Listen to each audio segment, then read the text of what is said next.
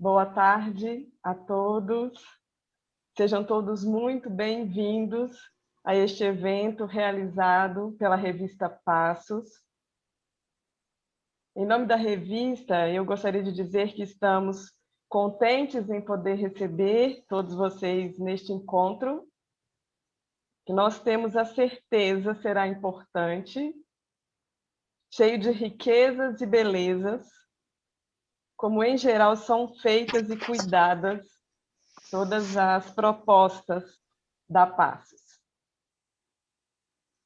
Meu nome é Viviane Belga, eu sou professora e eu vou conduzir essa live em uma conversa com a Ana Frigério, que é diretora do Colégio Sacro Cuore de Milão, na Itália.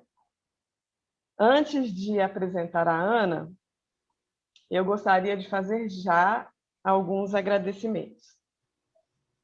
Em primeiro lugar, agradecemos a você, Ana, pela disponibilidade de falar conosco direto da Itália. Então, a Ana vai falar com a gente em italiano, e para aqueles que desejarem a tradução simultânea, por favor, podem clicar no ícone do globo que está abaixo da tela dos computadores de vocês e clicar na tradução para português. Pedimos também a atenção de manterem os microfones desligados. Eu preciso também agradecer ao Grupo de Educadores do Brasil. Nós temos um grupo aqui no Brasil, Ana, que costumava se encontrar uma vez por ano, presencialmente, mas estávamos sempre mantendo contatos. E nesses encontros anuais, a gente podia partilhar as nossas experiências, as nossas alegrias e as dores também em torno da educação. Mas, em função desse nosso tempo pandêmico, dessa situação que todos estamos vivendo, nós passamos a colocar as nossas demandas no ambiente virtual, como todos estamos fazendo. E as perguntas que hoje nós colocaremos para você, Ana, são o resultado de um diálogo entre essas questões que surgiram entre nós. É um resultado também daquilo que nós, educadores, observamos nos encontros virtuais que fizemos com os nossos alunos e também com as famílias. Então, é um diálogo entre essas experiências e provocações da realidade e também com aquilo que nós lemos no livro do Carron, que foi lançado recentemente, cujo título é o mesmo deste nosso encontro de hoje, Educação, Comunicação de Si. Nós também agradecemos à Sêmia, que é responsável pelo Grupo de Educadores no Brasil, aos colegiais e a todos que, de alguma forma, tornaram possível o nosso encontro e que cuidaram da mídia, da divulgação, da parte técnica e das traduções. Os nossos agradecimentos. Como eu disse, essa live é uma iniciativa da revista Passos, uma revista onde temos a oportunidade de encontrar artigos, relatos e cartas que comunicam uma experiência vivaz e possível para cada um de nós. Para conhecer mais sobre a revista e poder acessá-la de forma física ou virtual, vocês podem consultar o site cl.org.br/passos. Há também uma outra modalidade, que é a Entre Passos, da qual eu gosto muito. É uma versão da revista em que o assinante recebe em casa livros literários, acompanhados por um belo trabalho de curadoria. A educação é um tema que a revista Passos aborda com frequência, e com essa live queremos aproveitar as facilidades da tecnologia para aprofundar este tema com a Ana. Essa modalidade de encontros virtuais tem se tornado comuns nesse momento inédito que estamos atravessando, em que enfrentamos meses de isolamento. Em função disso, as rotinas foram mudadas e a escola se tornou, então, um desafio evidente para todos os envolvidos, os estudantes, para nós, professores e para a família. Todos nós fomos convidados a verificar o sentido de estudar de ensinar e de acompanhar as crianças e jovens nesse processo, neste caminho. Diante de tantas inquietações e perguntas, nós tivemos o desejo de fazer, então, essa conversa com a Ana, para que ela compartilhe conosco como ela está vivendo essa situação na Itália. A Ana é formada em letras clássicas, latim e grego, pela Universidade dos Estudos de Milão. Em 1986, ela começou a lecionar essas matérias em diversas escolas do ensino médio. De 1998 a 2013, ela trabalhou no Colégio Carducci, em Milão, onde participou ativamente da escola nas comissões dedicadas ao ensino e orientação de ingresso dos estudantes. Em 2013, ela deixou de lecionar na escola estadual e passou a colaborar com a Fundação Sacro Cuore na função de diretora do Liceu Clássico e do Liceu Científico e coordenadora didática de todos os níveis de ensino. Ana é casada, tem 3 filhos e se dispôs a conversar com a gente nesta nossa tarde de sábado, já à noite, na Itália. Boa noite, Ana. Grazie. Obrigado. Obrigado por este convite.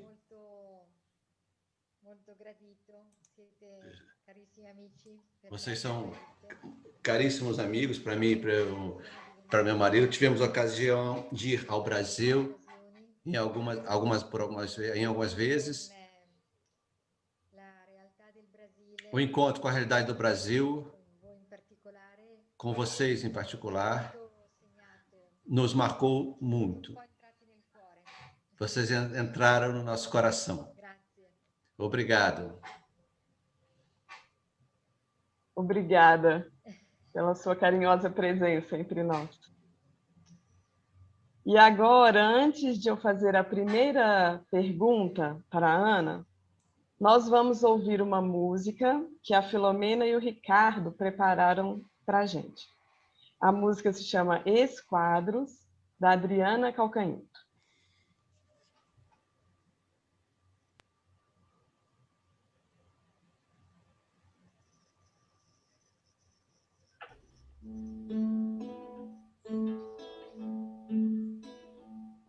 Eu ando pelo mundo prestando atenção em cores que eu não sei o nome. Cores de Almodóvar, cores de Frida Kahlo, cores. Passeio pelo escuro, presto muita atenção no que o meu irmão ouve. E como uma segunda pele, um carro, uma casca, uma cápsula protetora. Ah, eu quero chegar antes. No, ho solo le poesie. Cada coisa filtrar seus graus. Eu ando pelo mundo divertindo gente. Grazie. Telefone. E vendo doer a fome nos meninos que têm fome. Pela janela do quarto, pela janela do carro, pela tela, pela janela. Quem ela, eu vejo tudo enquadrado. Remote control. Eu ando pelo mundo e os automóveis correm para quê? As crianças correm para onde? Trânsito entre 2 lados. De um lado, eu gosto de opostos. Exponho meu modo, me mostro. Eu canto para quem? Pela janela do quarto, pela janela do carro, pela tela, pela janela. Quem ela, eu vejo tudo enquadrado. Remote control. Eu ando pelo mundo e meus amigos, cadê minha alegria, meu cansaço? Meu amor, cadê você? Eu acordei, não tem ninguém ao lado. Pela janela do quarto, pela janela do carro, pela tela, pela janela. Quem ela, eu vejo tudo enquadrado. Remoto control, eu ando pelo mundo. E meus amigos, cadê minha alegria, meu cansaço?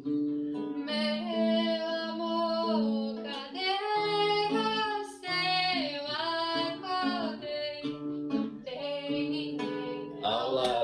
Pela janela do quarto, pela janela do carro, pela tela, pela janela. Quem é ela, quem é ela? Vejo tudo enquadrado. Remoto control.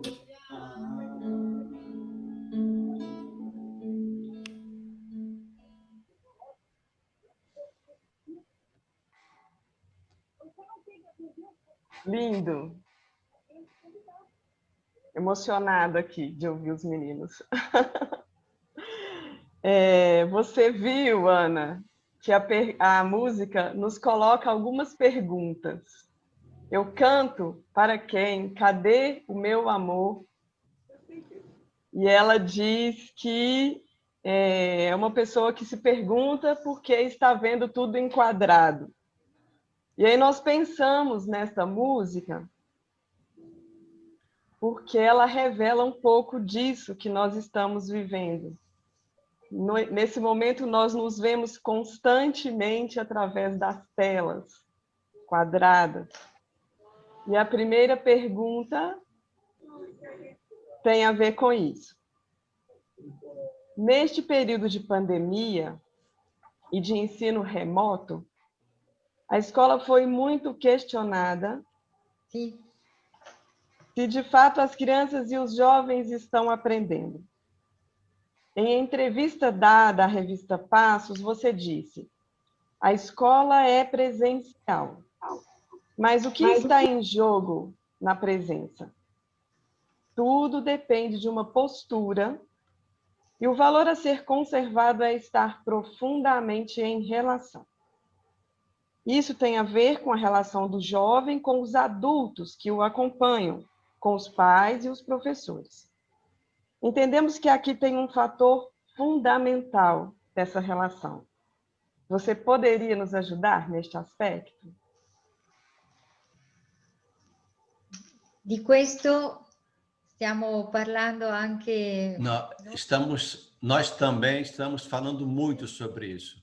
Eu quero começar riferendomi a fazendo referência a um artigo recente un quotidiano que saiu importante em um jornal muito importante na Itália, o artigo de um conhecido psiquiatra e intelectual, Massimo Recalcati, dice così: que diz assim: compito del discorso educativo tarefa do discurso educativo é o de levar em conta soprattutto a realidade, esso appare sobretudo quando a realidade aparece com seu rosto mais hostil.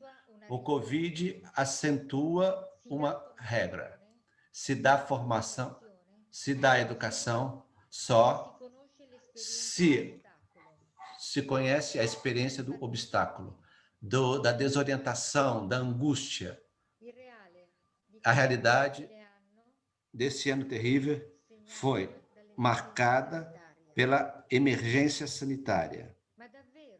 Mas, de verdade, se pergunta esse intelectual, é verdade que a presença da Covid é algo que impede a transmissão didática do saber e os processos de aprendizagem? E se, pelo contrário, levássemos em consideração o trauma da Covid, não tanto como aquilo que impôs o fechamento das escolas, mas o que tornou possível a sua abertura permanente. A Covid não é, de fato, um tremendo magistério para os nossos filhos? É verdade que os nossos filhos não estão aprendendo nada dessa aula?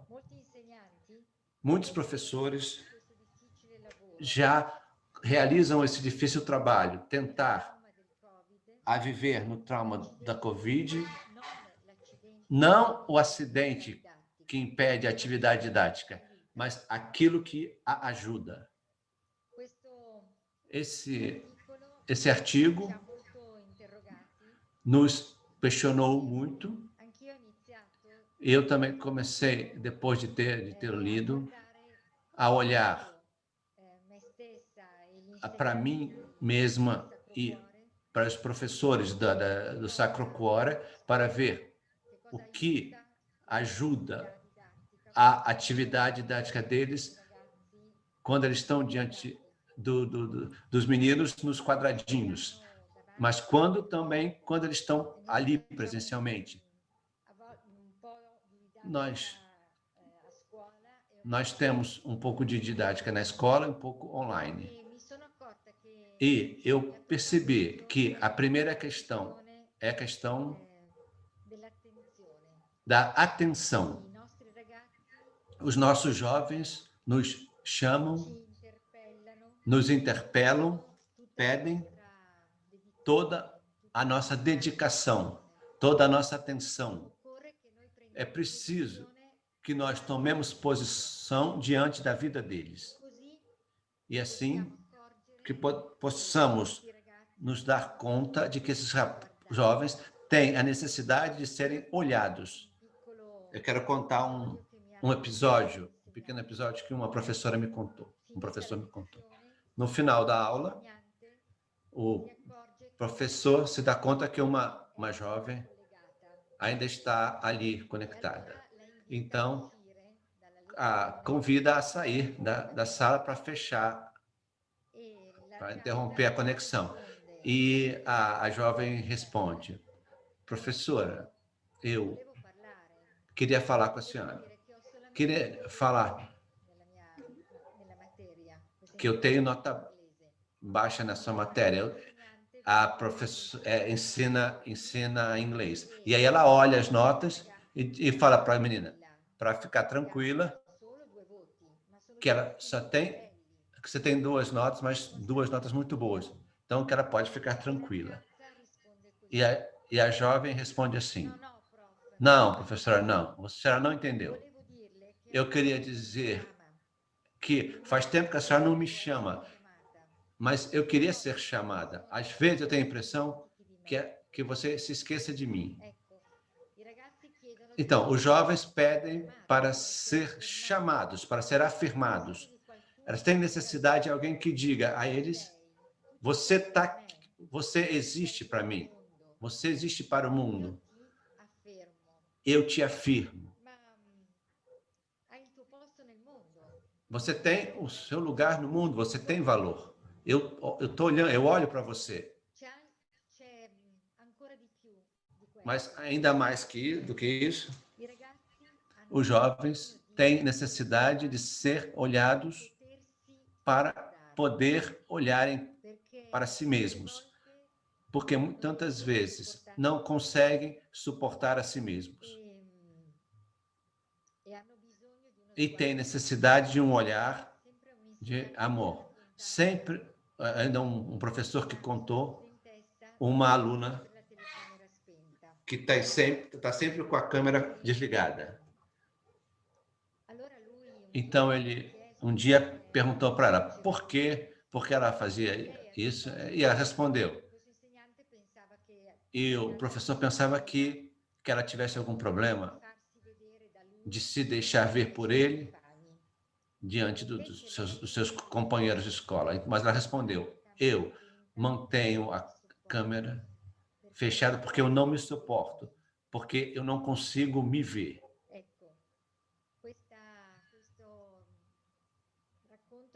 Esse episódio me comoveu muito também, porque foi um momento em que eu, junto com os outros professores, entendemos a profundidade da pergunta que esses jovens têm. Ficar com eles quer dizer, antes de tudo, estar no nível dessa pergunta, porque eles são essa pergunta profunda de ser amados, de ter um lugar deles, onde eles possam se olhar. Então, estamos entendendo também que na realidade, aquele mal-estar que eles têm muitas vezes deve ser bem entendido. Nós temos medo desse mal-estar. Nós nós os tranquilizamos, mas o mal-estar deles é o maior recurso que nós temos, porque fala de uma falta. Um grande poeta italiano, Mario Luzzi, fala da falta assim. Ele se pergunta de que é falta essa falta. Quando os jovens têm esse senso de que falta alguma coisa para eles, nós estar com eles quer dizer estar diante dessa necessidade deles. Também quando se exprime com coisas pequenas. Eu vejo que nesse período, sobretudo, os jovens, eles se desencorajam, eles ficam com medo de coisas que para nós parecem muito pequenas. Uma briga com os colegas, uma nota baixa. Tem também outros que têm questões mais graves, de grande sofrimento, mas também para aqueles que têm necessidades aparentemente pequenas, eles expressam com essa necessidade uma necessidade gigantesca. Também as coisas pequenas têm necessidade de respostas grandes. Mas ainda quem vive momentos difíceis, mas também para aqueles jovens que parece que estão bem. Aquelas pequenas necessidades, eles têm sede de felicidade. E nós temos que estar nesse nível, permanecendo. Eu não sei se vocês vão ler depois. Foi enviado um texto muito bonito de uma poesia que tem como título Nascer de Novo. Vocês vão ler depois? Eu não sei se vocês vão ler depois. Eu vou começar a contar o que me marcou. Eu fiquei muito marcada a parte conclusiva, porque, de verdade, educar é um ato de amor. Quando diz livre de torturar-se por uma penúria pelo mal-estar que nós temos, é um segundo nascimento, sem anúncio, resgata o sofrimento da anterior. E o tempo fica dourado de novo. Amor, esse é o seu nome, amor, a descoberta. Esse estar, recolher essa pergunta e afirmar os jovens na sua necessidade, estando próximo a ele. Depois vamos tentar entender.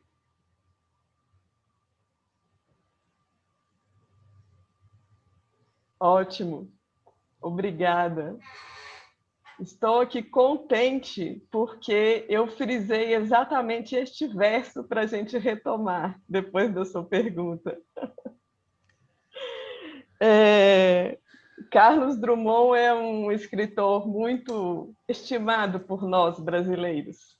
Carlos Drummond de Andrade. Ele é mineiro como eu, tenho orgulho. E ele diz exatamente isso. Amor, a descoberta de sentido, no absurdo de existir. Neste amor, neste olhar que você disse. Você disse, eles precisam ser olhados. E ao serem olhados, conseguem olhar para si, ou seja, há um novo nascimento, como diz o poeta. É lindo. Me identifiquei muito com o que nós estamos vivendo aqui em torno da educação, quando li este poema, que dizia que para nascer de novo é preciso encontrar um outro que me reconheça. No outro estou nascendo. E queria dizer também que aconteceu comigo o que aconteceu com a sua professora. Despedi da turma e disse, se alguém ainda tem alguma pergunta, eu posso ficar um pouco. Um aluno ficou. E ficou 10 minutos, 20 minutos, 30 minutos. Chegamos na hora do almoço e eu disse, agora eu preciso ir. E ele dizia isso. Ele Ele queria alguém para confrontar todas as questões, todas as perguntas sobre os estudos, sobre a vida. E a partir de então decidiu ficar todos os dias depois do horário. Sempre tenho que deixar um tempo para ele.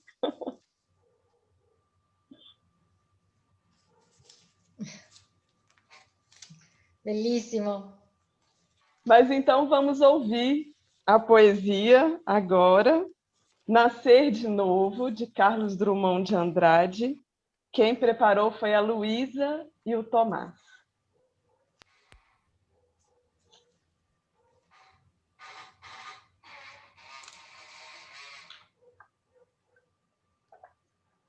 Nascer de novo. Nasci. Findou o sono das entranhas. Surge o concreto, a dor de formas repartidas. Tão doce era viver sem alma, no regaço do cofre maternal, sombrio e cálido. Agora, na revelação frontal do dia, a consciência do limite, o nervo exposto dos problemas. Sondamos Sì. e queríamos sem resposta. Nada se ajusta desse lado à placidez do outro. É tudo guerra, dúvida no exílio. O incerto e suas lajes criptográficas? Viver a torturar-se, consumir-se a míngua de qualquer razão de vida? Eis que um segundo nascimento, não adivinhado, sem anúncio, resgata o sofrimento do primeiro, e o tempo se redoura. Amor, este o seu nome. Amor, a descoberta de sentido no absurdo de existir. O real veste nova realidade, a linguagem encontra seu motivo, até mesmo nos lances de silêncio. A explicação rompe das nuvens, das águas, das mais vagas circunstâncias. Não sou eu, sou o outro que em mim procurava seu destino. Em outro alguém estou nascendo. A minha festa, o meu nascer, floreja a cada instante. Em cada gesto meu, que se reduz a ser retrato, espelho, semelhança de gesto alheio aberto em rosa. Bellissima. Muito bonita. Sim. Vamos então para a segunda pergunta? Saindo então deste âmbito dos estudantes, para uma questão que os professores enfrentam, eu quero retomar o título do livro do Carron, que é o mesmo da nossa live. Educação, comunicação de si. A expressão comunicar a si pode, eventualmente, ser confundida com comunicar uma ideologia. Como fazer essa distinção?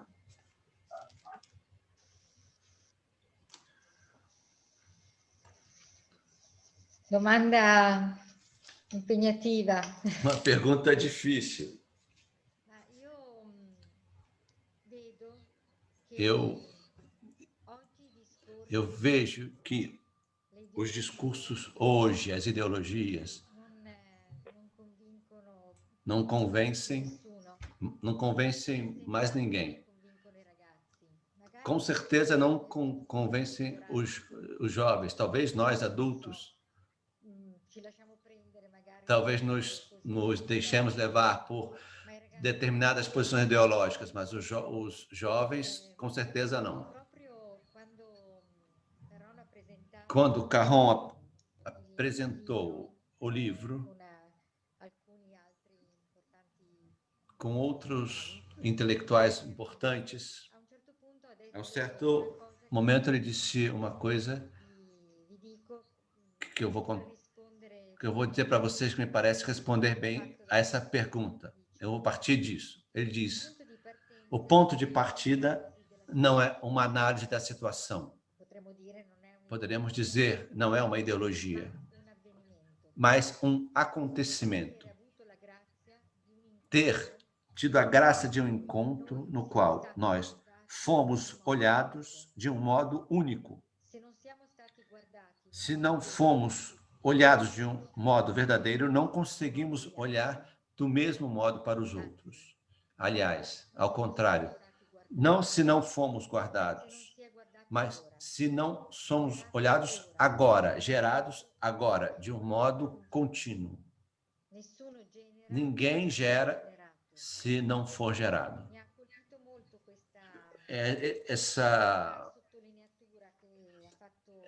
Essa ênfase que o Carrão deu me marcou muito, porque ele sublinhou esse ponto, né? Isso me marcou muito, porque eu vejo que os jovens se dão conta imediatamente de quando fazem um discurso para eles ou quando eles têm diante deles um adulto que vive porque também ele é amado, porque ele também é olhado. Então, comunica uma certeza de vida que não são ideias, mas é uma vida na qual ele pode se apoiar em algo grande, que é objeto de um bem. Vou citar o Peggy. Jesus não perdeu tempo reclamando da maldade do tempo, dizendo que as coisas não estão bem. Ele foi direto ao ponto, fazendo o cristianismo, testemunhando essa vida nova que ele trazia. Isso, nesse momento, com os jovens, é o momento de ir direto ao ponto, de fazer o cristianismo, de testemunhar o que nós vivemos e que nos permite estar diante da realidade. Os jovens são muito observadores e entendem muito também daquilo que nós não dizemos. Eles olham como nós reagimos às coisas, como nos movemos diante das coisas.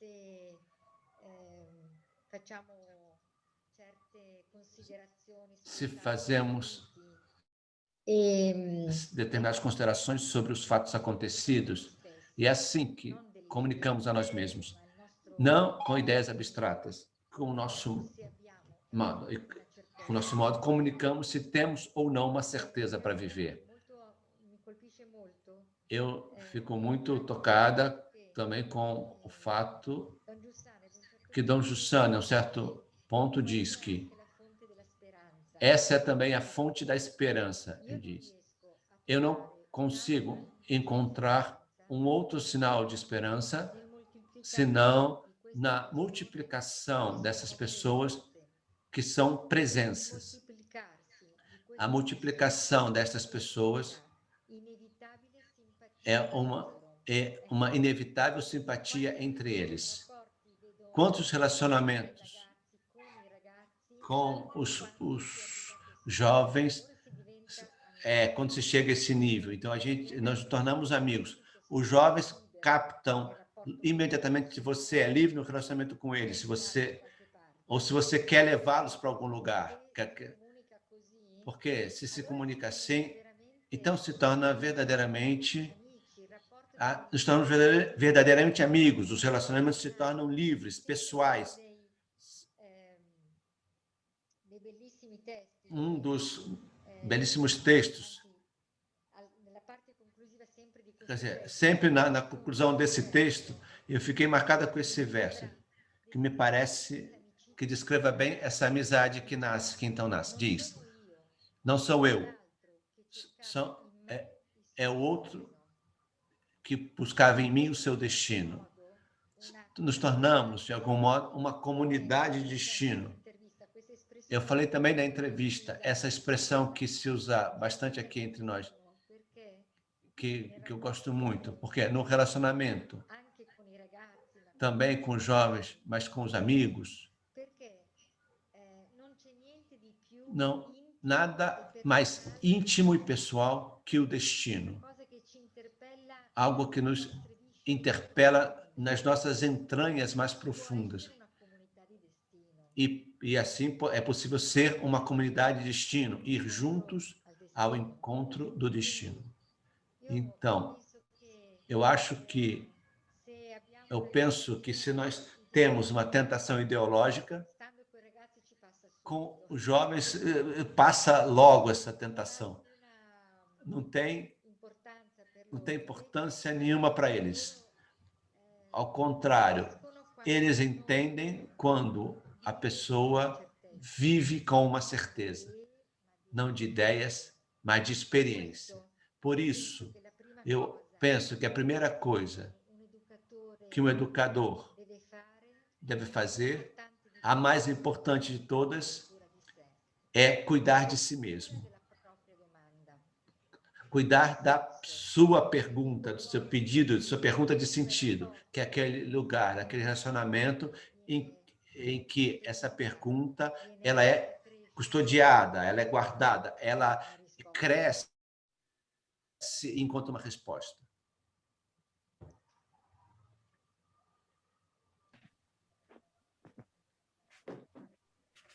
Ótimo. Obrigada, Ana. Eu acho que é importantíssimo isso que você disse, de cuidarmos de nós. Qual é o sentido que tem para a gente esse trabalho de educar? O que é quem eu sou primeiro? Acho que isso é fundamental. Precisamos saber quem somos. E a partir disso, a gente comunica o que tiver que comunicar com liberdade. Saber quem somos nos torna livres.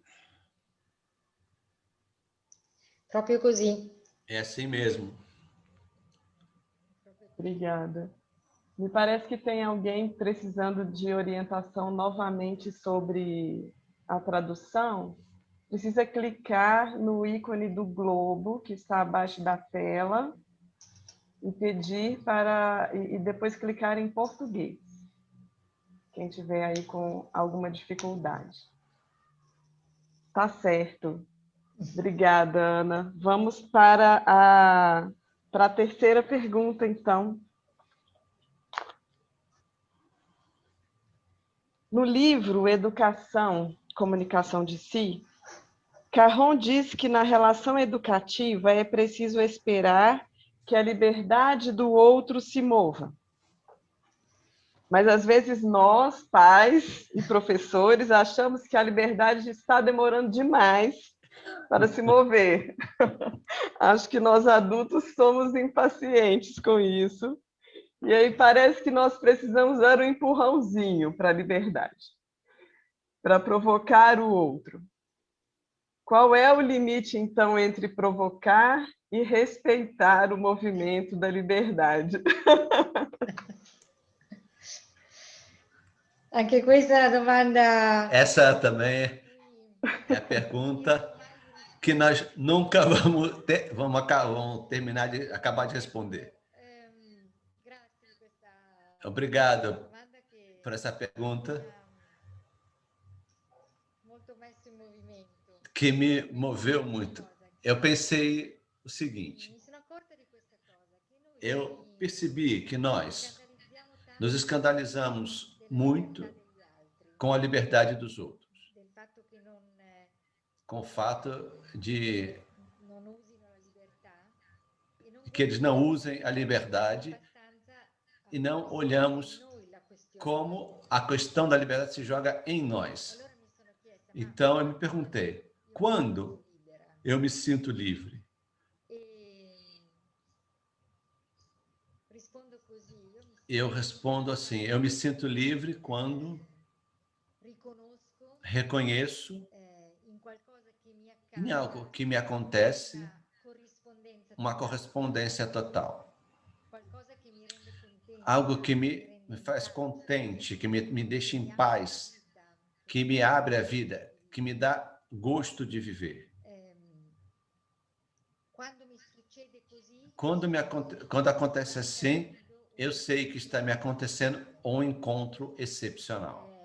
magari è una cosa piccolissima, Talvez seja pode ser uma coisa muito pequena que os outros talvez nem se deem conta. Uma pessoa que você encontra, uma poesia que você lê, um acontecimento bonito que eu vejo acontecer em alguém, quando um jovem descobre uma coisa, quando um colega fica contente porque com a aula que deu, ou quando acontecem coisas não conseguimos nos explicar e que nos ferem e movem o nosso íntimo. Naquele momento, talvez até mesmo na dor, nos sentimos livres, sentimos que a vida tem uma densidade, percebemos que somos vivos e livres, talvez cheios de perguntas, de coisas que misteriosas, mas livres. E nós, então, diante dessas coisas, aderimos. Quando reconhecemos que está acontecendo algo de verdadeiro, aderimos naturalmente. Então, a liberdade tem esses dois aspectos. De uma parte, o reconhecimento de algo verdadeiro. E, do outro lado, aderir no tempo a algo de verdadeiro. Então, me parece que com os jovens, nós corremos o risco de insistir no segundo aspecto. Pretendemos que eles adiram a algo que eles ainda têm que reconhecer, e que para ser reconhecido tem necessidade, precisa de tempo. Então, a outra pergunta que eu me coloco é, então, ao invés de insistir em que eles adiram e me perguntam, o que permite que eles reconheçam? Porque o problema é que vem antes, é que reconhecer o verdadeiro. Então, eu penso que o que permite tanto a eles quanto a nós reconhecer o verdadeiro, então, de aderir, é a lealdade com o coração deles. O coração é um grandíssimo aliado, porque ele não mente, ele permite entender o que desejamos profundamente. Só que temos que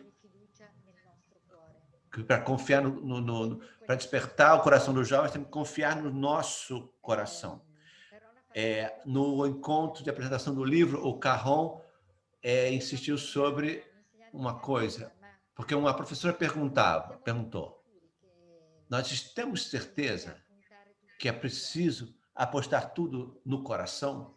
Ele respondeu assim, sem crer no próprio coração, é difícil desafiar o coração de um outro. Por isso, é preciso antes que o eu de cada um de nós renasça em um encontro para poder dirigir-se ao outro com a esperança de despertá-lo. O problema é que é difícil encontrar adultos que tenham essa consciência, autoconsciência. A força de um sujeito está na intensidade da sua autoconsciência, na clareza com a qual percebe a si mesmo e aquilo pelo qual vale a pena viver. É preciso provocar a liberdade, com certeza. É desumano entender a liberdade como faz aquilo que você quiser. É desumano. Mas provocar a liberdade de um jovem e nos provocar reciprocamente. A única possibilidade de provocar a liberdade de um jovem é vivemos nós. A liberdade. Sermos nós leais com o nosso coração. Para dizer aos jovens que o coração não os trai. Então, assim poderão reconhecer em um encontro aquilo que é verdadeiro e eles se tornarem livres. E depois é preciso ter uma grande paciência, como dizia Juliano. Nós somos sempre muito pretensiosos com ele. Eles têm que entender, têm que fazer. Somos pretensiosos. E não é assim. Se nós pensamos em quanta paciência Deus tem para conosco, quantas vezes nós nos perdemos no caminho, ficamos cansados, e Ele sempre espera dar uma outra ocasião, Ele vem nos retomar do profundo da nossa tristeza. Aliás, é ali mesmo que nós o encontramos. Então, com os jovens é preciso ter essa paciência. Talvez muitos entre vocês são jovens. Eu posso dizer, eu acabei de fazer 60 anos e é um momento da vida maravilhoso, porque se vê que as histórias se realizam, onde parecia que não acontecia nada na vida de tantas pessoas. Ao contrário, você vê que as coisas foram adiante e que, às vezes, os jovens parecem só devolver o silêncio, parece que não se movem. Porém, nesse silêncio aparente, parece, mas a vida existe e nós temos que ter só a fineza de lembrar isso para eles, que eles têm o coração e de se confiar e de confiar naquilo que vem, que sentem. E assim, se eles nos veem assim, eles se abrem.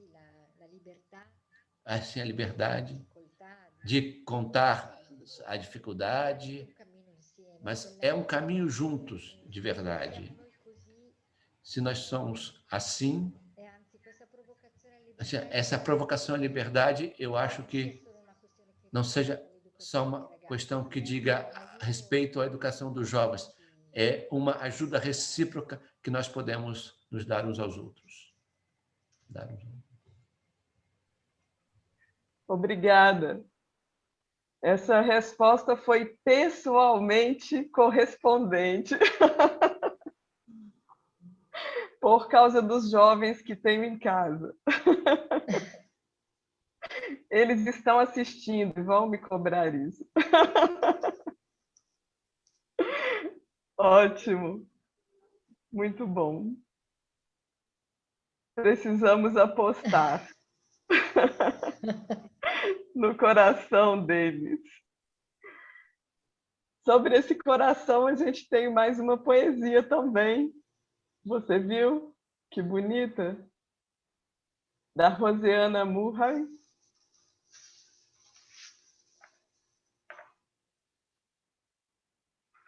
Que fala da menina que tem um coração. Bellissimo. E o coração da menina ilumina as noites escuras, como se fosse um farol. E eu acho que é disso que você estava falando. E é por isso que educar é um risco, eu acho, não é, Ana?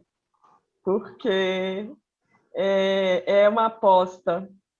É uma aposta em nós, como você dizia antes, de nos conhecermos, de cuidarmos de nós, para darmos conta também de olharmos para esse coração do jovem que é um farol, mas que é importante que estejamos juntos nesse caminho com ele.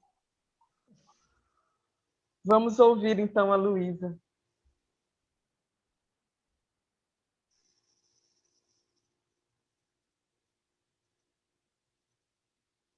Menina apaixonada oferece um coração cheio de vento, onde quem quiser pode soprar 3 sementes de sonho. O coração da menina ilumina as noites escuras como se fosse um farol. É um coração como todos os outros. Às vezes diz sim, às vezes diz não. Às vezes diz sim, às vezes diz não. E sempre tem uma enorme fome de sol. Estou no Masterchef. O que você quer saber? Bellissima. Tem uma fome de sol. É bonito isso, não é? Ótimo. Muito bom, Ana. Gostaríamos de ficar aqui muito mais tempo te ouvindo, mas vamos para a última pergunta, então. Antes da pandemia, a escola e o estudo sempre abarcaram muitos aspectos da realidade, como encontrar e conviver com os amigos e conhecer novas pessoas. Na quarentena, estudar passou a significar tão somente estudar. E nesse momento entra em crise o valor da escola e do estudo. Descolado da dimensão social da rotina de se ir à escola, o estudo passou a não fazer mais sentido para muitos alunos. Essa crise foi descrita por alguns de nossos meninos, inclusive. Alguns diziam: por que tenho que estudar? Como faço para me interessar pelos estudos?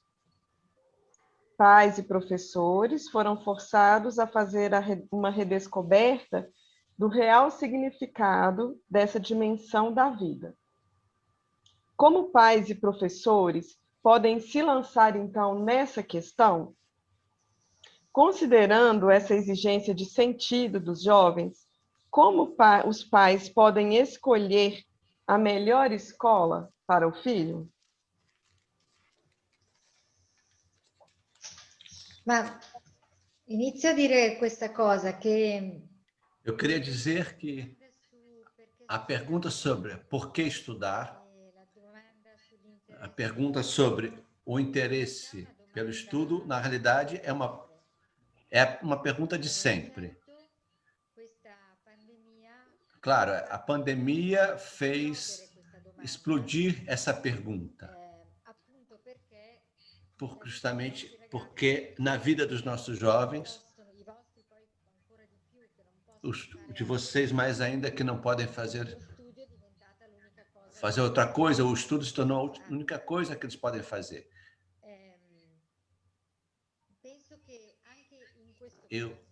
Eu acho que também nesse caso o problema deve ser olhado do ponto de vista do professor. Por quê? Porque a comunicação de si acontece também no modo com o qual se ensina e com aquilo que se ensina. O jovem, se tiver uma possibilidade de um interesse pelo estudo, uma razão para estudar, se vê alguém que fica contente em estudar, pelo modo com o qual dá aula, comunica essa paixão. Isso não é suficiente, porque depois o jovem tem que jogar a liberdade dele. Ele pode ver um professor apaixonado, mas se ele não usa o coração para iluminar a noite, ele permanece na noite, na escuridão. Porém, claro, diante de um professor que se comunica assim, o jovem pode descobrir a conveniência do estudo. Eu sempre digo aos meus alunos, nós não fomos feitos para estudar, nós fomos feitos para conhecer a nós mesmos e aquela realidade que através do estudo podemos entender. Estudar é um outro meio para gozar mais da realidade, para viver intensamente a realidade. Muitas vezes, ao contrário, a escola, no fundo, reduz os jovens a máquinas do estudo. O que eles estudam, se tem ou não a ver com eles, é secundário. E, ao contrário, a nossa tarefa é fazer com que eles vejam que convém estudar, porque você se torna maior depois. É preciso desafiá-los. É preciso muito desafiá-los. Se um jovem diz que não quer estudar, você diz, então estuda e vê se te convém. Se você considera que essa é a estrada melhor, vai. Quando você fala assim, muitos se dão conta de quanto é absurdo. Outros continuam por esse caminho e, no final, tiram as consequências. Eu vou contar uma coisa. Ontem eu recebi um jovem que eu amo muito e que nós tínhamos que, acho que reprovar, né? Que não estudou nada. Ele falou, olha, eu estudei nada. E tentamos, durante todo o ano, de sustentá-lo, mas ele jogou a liberdade dele assim. O que me impressionou é que ele, assim, se tornou mais homem do que tantos que vão passar de ano também com notas excelentes, porque através dessa passagem, de uma maneira imprevista, se deu conta que ele perdeu. Não só porque ele vai ter que repetir o ano, mas porque percebeu que, não tendo jogado a inteligência, a sensibilidade dele, que ele tem muito, ele se tornou mais pobre, se tornou menor, mais pobre. O fato de reconhecer isso, porém, o torna grande. Ele, com certeza, deu um passo de maturidade incrível. Então, eu acho que, verdadeiramente, nada pior do que tentar convencer um jovem a estudar se ele não tem vontade. É preciso desafiá-los também para ir por aquela estrada. Porque se ele for leal com o próprio coração, a um certo momento ele vai se dar conta. Esse jovem foi leal e reconheceu, então ele vai recomeçar. Se o ano que ele perdeu o ajudou a fazer essa passagem, tá bom assim. Era melhor não ter perdido, mas se foi útil, é melhor assim. Então, também a segunda parte da pergunta, como escolher uma escola? Eu acho que uma escola é uma escola onde se vêem professores que têm o gosto de ensinar aquilo que ensinam, independente da posição ideológica, mas que eles tenham paixão por aquilo que eles ensinam e que amam os jovens e que têm fascínio pelos jovens. Buscar escolas que tenham pessoas que sejam apaixonadas pelo que ensinam, que têm estima e confiança nos jovens e os deixam livres. Escolas que têm regras demais, não. Porque nós enjaulamos. É isso. Muito bom. Muito bom. Obrigada. Acho que é isso mesmo. Ajudá-los nesse caminho que não é fácil. É preciso que todos reconheçam que não é fácil. Sobretudo nesse tempo, eu tenho acompanhado muitos alunos, de forma particular também, quando alguns pais não conseguem fazer este trabalho, pedem o meu auxílio, e de fato, é uma exigência grande esse período para as crianças, para os jovens manterem o foco, a concentração, e é de fato preciso uma companhia para que isso se torne mais fácil, esse caminho. Sim. Assim. Então, sobre isso, sobre ter uma companhia e não desistir do percurso, nós temos uma última poesia, antes de um canto também, mas é a poesia Das Utopias, de Mário Quintana, dessa vez é um gaúcho, com o Tomás.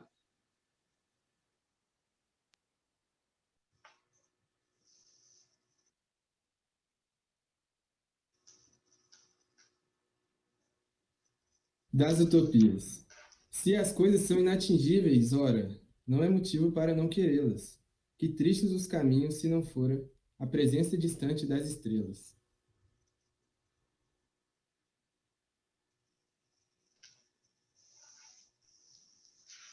Anche questa è bella. La lontana presenza delle stelle. Muito bonita a distante presença das estrelas. Muito Sim, bonito. não podemos desistir, porque é difícil o caminho. Quando nós preparávamos este encontro, nós colocamos algumas poesias à disposição e pedimos aos jovens que pensassem qual poderia ser melhor. E eles escolheram e disseram, a Luísa e o Tomás, que fizeram as leituras, conversamos sobre isso e eles Vedi come disseram... usano il cuore? Como, Carlinhos? Não entendi, não consegui entender. Pede para ela repetir, Giovanni. Não sei se o Giovanni está nos escutando. É porque eu não ouvi o que ela... Não consegui entender o que ela falou. Sim. Mas preparamos juntos os poemas e eles começaram a contar como foi para eles esse tempo também de estudo na pandemia, dos desafios e das dificuldades e também daquilo que surgiu como imprevisto.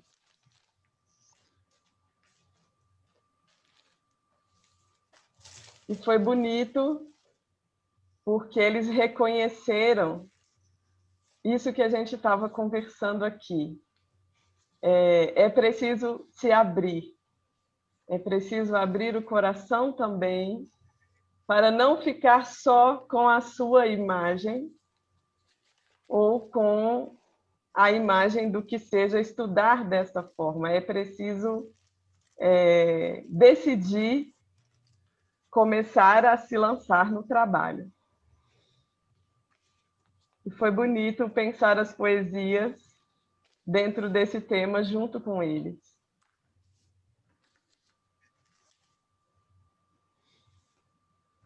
Muito bem. Bello. Então, chegamos ao fim, Ana, dessa nossa conversa super agradável. E teríamos outras perguntas, você sabe. Mas esperamos poder encontrá-la em breve.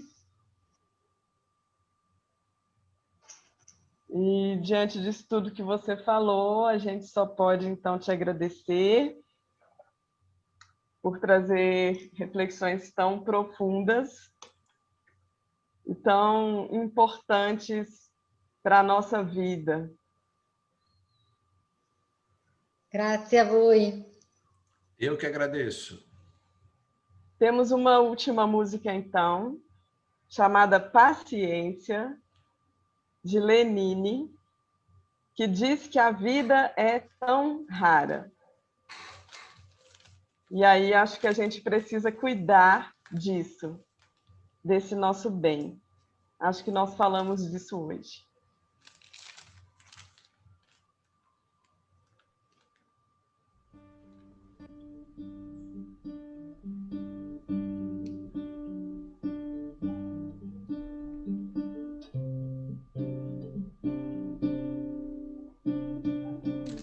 Mesmo quando tudo pede um pouco mais de calma, até quando o corpo pede um pouco mais de alma,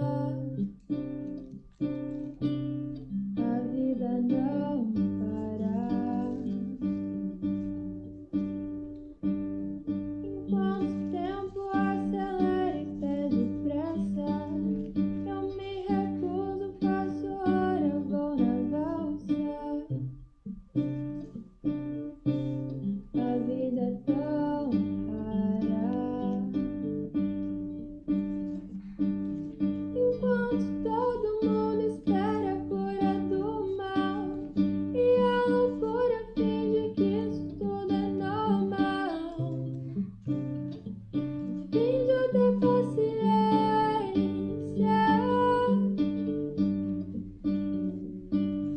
E o mundo vai girando cada vez mais veloz. A gente espera do mundo e o mundo espera de nós. Um pouco mais de paciência.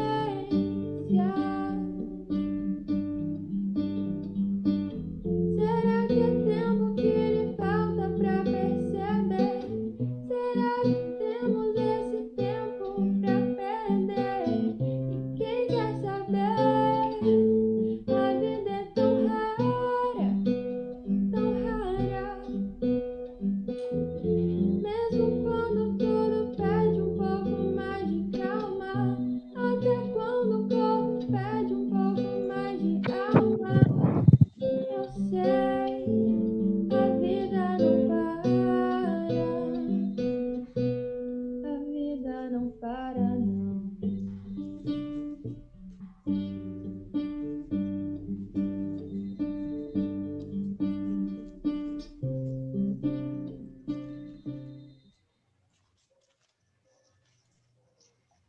Che bella anche questa canzone. Essa canção também é muito bonita. Quem cantou para a gente foi a Lídia, que é uma colegial nossa, e o pai dela, o Denner.